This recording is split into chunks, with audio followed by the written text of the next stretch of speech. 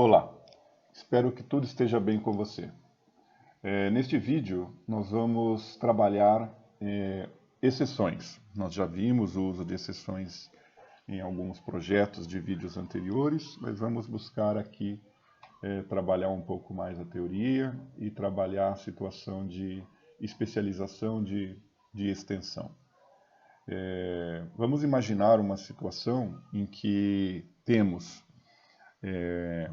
uma gravação constante de dados em disco, né? Em algum momento o disco fica cheio. Isso daí é uma exceção que podia acontecer e a gente tem uma maneira de trabalhar e avisar para o usuário, olha, o disco encheu. Ou então eu quero imprimir alguma coisa e a impressora está sem papel. Então é uma exceção, algo que ocorre de maneira previsível, mas muitas vezes inesperada.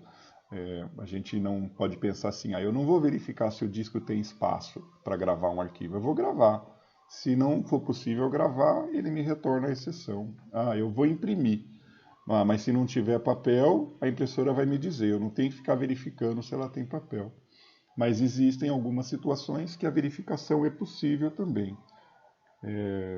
Normalmente, em orientação a objeto, alguns pregam o não uso de if para verificar se é possível desempenhar uma tarefa. É tentar executá-la e, em caso de erro, você informa o usuário a isso. E existem camadas da aplicação, onde você faz um if para verificar se algo é possível, se não for, você dispara a exceção, e quem consumir esse serviço aí trabalha essa exceção. E existem os erros, que são coisas previstas também, que podem ser trabalhadas, né? Uma interação do usuário errada, espera-se um tipo de dado, ele informa outro. Então são exceções que a gente pode pensar e trabalhar. Eu vou criar aqui um projeto para a gente poder implementar isso de maneira tranquila. Vai ser um projeto do tipo console, vou chamar de console app. Escolho o local onde vou gravar, próximo, confirmo o .NET 5, criar. Nós vamos criar aqui uma pasta models. Dentro dela eu vou criar uma classe conta. Lembrando que o foco aqui é exceção, tá? Classe chamada conta. Coloco ela como public. Retiro aqui esses usings. Vou ter uma propriedade guide chamada conta ID. Vou colocar aqui private set. Top string titular. Vou colocar aqui decimal, saldo. Então aqui também a gente vai ter private set e o private set. Vamos aqui criar um construtor.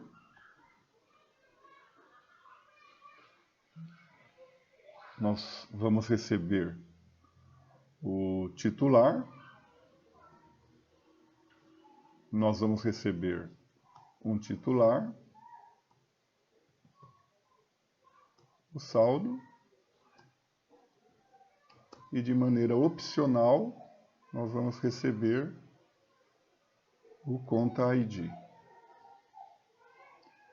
Então aqui o conta ID recebe, caso o argumento conta ID seja nulo, ele recebe um guide.newGuide. Caso contrário, recebe o ID que veio como argumento. E o titular vai receber o titular e o saldo vai receber o saldo.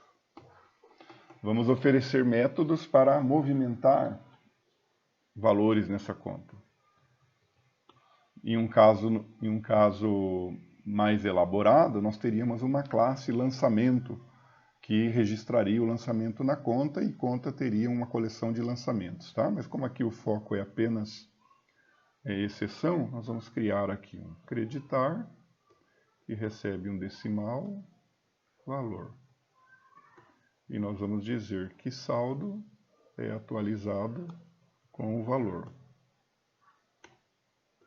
Public void debitar, decimal valor, e aqui o saldo é menos igual valor. Muito bem, tudo isso aqui é legal. Porém, para acreditar não tem problema, né?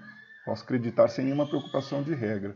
Mas para debitar, eu só posso debitar se o saldo atual menos o valor a debitar for maior ou igual a zero. Então eu posso fazer o seguinte aqui, olha, aqui pode acontecer uma exceção na regra de negócio. Então eu vou fazer um if. Ó. If, vamos colocar aqui, o meu saldo menos o valor menor que zero, aí eu vou disparar uma exceção. Porque lembre-se, em regra de negócio, eu não escrevo nada para o usuário, eu não interajo com o usuário. Então eu vou dizer aqui, ó, vou disparar uma exceção. Throw new exception. Posso colocar aqui saldo insuficiente. Ok? Simples assim. Vamos agora em program. Vou criar um objeto conta. Preciso mandar o titular, Ambrósio, e preciso mandar o saldo atual, 100. Ok. O que está errado aqui? Guide. O que faltou aqui é definirmos como valor padrão no construtor o nulo, né? Para ele se tornar opcional. Pronto, corrigiu o problema. Ok. Agora nós vamos fazer o seguinte. Conta.creditar 10. Conta.debitar 100. Conta.debitar 20. Vamos ver o que acontece aqui. Vamos executar a aplicação. Olha lá, ele deu um erro. Exception, que é o que a gente trabalhou. Isso não é uma coisa legal, porque se a gente deixar assim, o usuário vai receber uma mensagem totalmente equivocada, que ele pode não saber o que é. Então, tudo que pode gerar uma exceção, a gente tenta encapsular ou envolver dentro de um try-catch. Ou seja, tente fazer algo, caso não dê certo, capture a exceção e execute a operação. Então vamos pegar aqui, botão direito, eu vou colocar aqui, ó, snippet, envolver com, posso digitar aqui try, ok, try. Vamos verificar aqui, ó. Então tente fazer isso. Se der certo, nem entre no catch. Mas se deu errado, faça o que está no catch. Então vamos pegar aqui. Se deu errado, eu vou escrever para o usuário na console. Poderia ser uma janela, né? Eu vou tratar de maneira melhor. Vou escrever aqui erro. Aqui eu vou colocar o read key para a gente poder ver a tela. Vamos ver o que acontece. Se o programa vai ser executado. Você viu que na outra vez a gente não tinha try catch e o programa abortou. Aqui não, ó. Ele seguiu em frente e escreveu erro. Então, já melhorou para o nosso usuário. Mas e se eu quiser mandar uma exceção e mandar alguma informação a mais? A exception é a superclasse de exceções. Ela é a classe mais ancestral quando se trabalha com exceções. E ela tem aqui o recebimento de uma mensagem. Então, eu posso aqui, no catch, criar uma variável que vai receber valores vindos da exceção disparada. Então eu posso aqui colocar interpolação, 2 pontos, e coloco e.message. Tem várias outras propriedades que podem ser investigadas. Vamos ver o que acontece. Olha lá, erro, saldo insuficiente. Ah, mas eu quero que a exceção seja com mais informações. Tem problema, a gente pode criar uma exceção nossa. Eu venho aqui, adicionar nova pasta e vou colocar aqui common. E vou criar uma classe que vou chamá-la de saldo insuficiente exception. Apago os usings, defino a classe como pública e digo que ela vai estender exception. Aqui Ctrl ponto para poder importar o namespace system. Nós podemos dizer que a nossa classe ela vai ter um construtor e que ele vai receber a mensagem, ok? Mensagem, e vai receber um decimal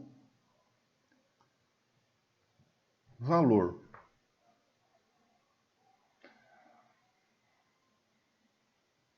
Nós precisamos enviar para a superclasse a mensagem. Então a gente vai ter que base, chamando o construtor da classe ancestral que é exception, e vamos mandar para ele mensagem. Message ali que ele pede. Message, olha lá.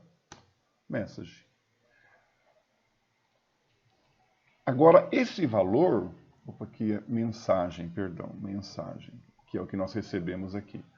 Nós vamos precisar aqui de uma propriedade, vamos chamar essa propriedade aqui, propriedade decimal, valor, pivot set. E vamos dizer que valor recebe valor. Ok? Prontinho assim. Agora, nós vamos pegar aqui em nossa classe conta, nós vamos disparar a nossa exceção. Aqui. Preciso importar, Ctrl ponto, aqui. Falta agora o valor. Eu vou mandar aqui o valor. Vamos executar e ver o que acontece.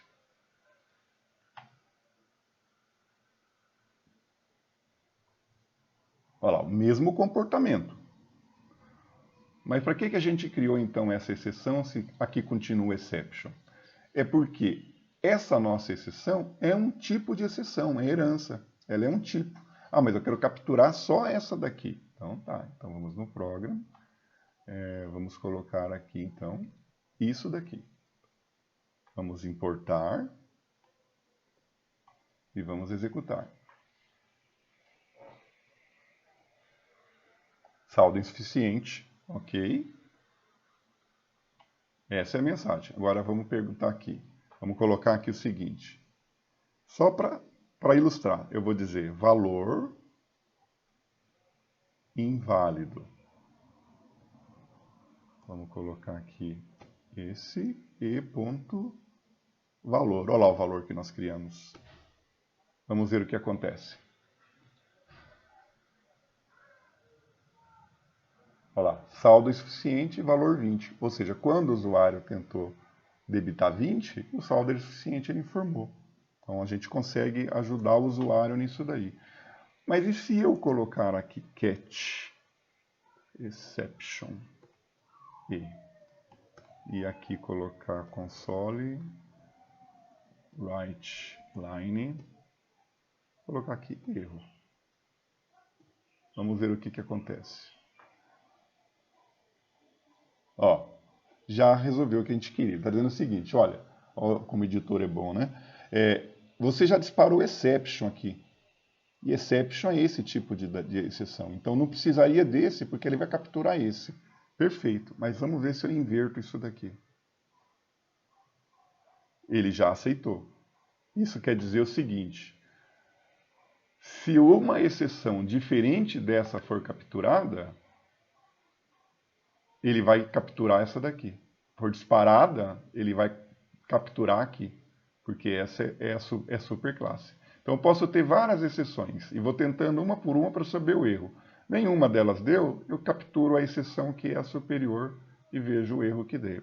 Vamos verificar aqui que ele vai disparar a nossa exceção. Olha lá, funcionou. Temos ainda um outro componente do bloco try-catch, que é o finally.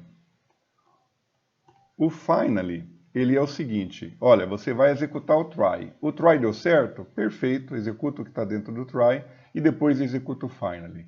O try deu erro, encontrou um catch. Lembrando que o catch, de qual exceção que ele vai usar, pode ser interpretado como se fosse um if, else ou um switch case. Bom, executou um catch, deu erro, mas executa o finally também. Então eu posso ter aqui um write line, né? Operação finalizada. Vamos ver aqui, só para a gente verificar. Vamos ver o que ele vai fazer. Console, executando nossa aplicação. Olha lá, erro e operação finalizada. Vamos fazer o seguinte agora. Aqui no programa eu vou comentar essa linha que está causando a exceção. Olha lá, só apareceu a operação finalizada. Então o bloco try-catch possui um componente adicional que é o finally. Normalmente ele é utilizado para realizar operações de disposição de recursos utilizados no try. Tá? Lembrando que o finally é um bloco, o catch é um bloco, o try é um bloco. Então aquelas variáveis de escopo de bloco cabem aqui, tá? Por exemplo, nós temos uma variável e aqui, ela existe nesse bloco. Temos uma variável e aqui que existe nesse bloco, tá bom? Bom, nós finalizamos aqui o trabalho com exceção, um pouco mais conceitual. Vimos também a situação de herança de exceção. Então, já podemos aplicar todo esse conceito em nossas implementações.